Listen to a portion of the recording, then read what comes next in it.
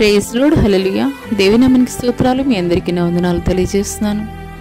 ఈ దినం కొరకు దేవుడు సిద్ధపరిచినటువంటి మాటలు, ప్రియ సహోదరి సహోదరుడా, నేడు ప్రపంచంలో జరుగుతున్నటువంటి పరిణామాలను చూస్తూ నీ హృదయం కలవరముతోటి, ఆందోళనతోటి, భయముతోటి నిండిపోయి ఉన్నదా? అయితే ఈ మాటలు దేవుడు నీ కొరకే మాట్లాడుచున్నారు. దేవుడు ఆ పట్టణంలో ఉన్నాడు, దానికి చలనము లేదు. అరుణోదయమున దేవుడు దానికి సహాయము చేయుచున్నాడు. ఈ మాటలు వింటున్నటువంటి ప్రియనేస్తమా,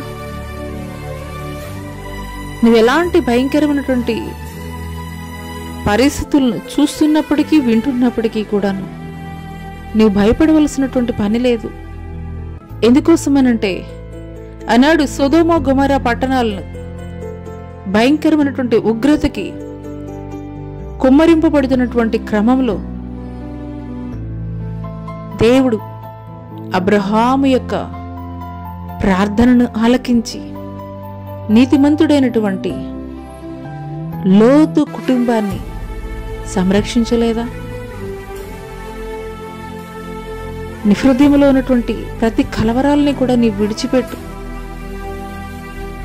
పరిశుద్ధాత్మ దేవుడు ఈ సమయంలో నీతోటి మాట్లాడుచుండగా, ఈ మాటలు దేవుడు నా కొరకే మాట్లాడుతున్నారని పరిపూర్ణమైనటువంటి విశ్వాసం నీవు కలిగి ఉన్నట్లయితే గనక,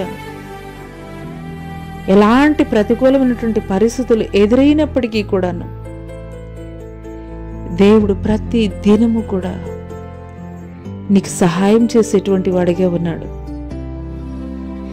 నీకు, నీ బిడ్డలకి, నీ కుటుంబానికి కూడాను నీ ప్రక్కన 1000 మంది పడిన, నీ కుడి ప్రక్కన 10,000 మంది కూలిన అపాయము నీ వద్దకు రాదు అని లేఖనం తెలియజేస్తున్నది కదా. ఎటువంటి ప్రతికూలమైనటువంటి పరిస్థితులు ఎదురైనప్పటికీ కూడా నిన్ను, నీ కుటుంబాన్ని, నీ బిడ్డల్ని కూడా దేవుడు స్థిరముగా నిలపబోతున్నాడు. ఆయన సహాయము నీకు, నీ కుటుంబానికి అందించబోతున్నాడు. ఆయన సహాయకుడిగా నీ పక్షముగా, నీ కుటుంబం పక్షముగా ఆయన నిలవబోతున్నాడు.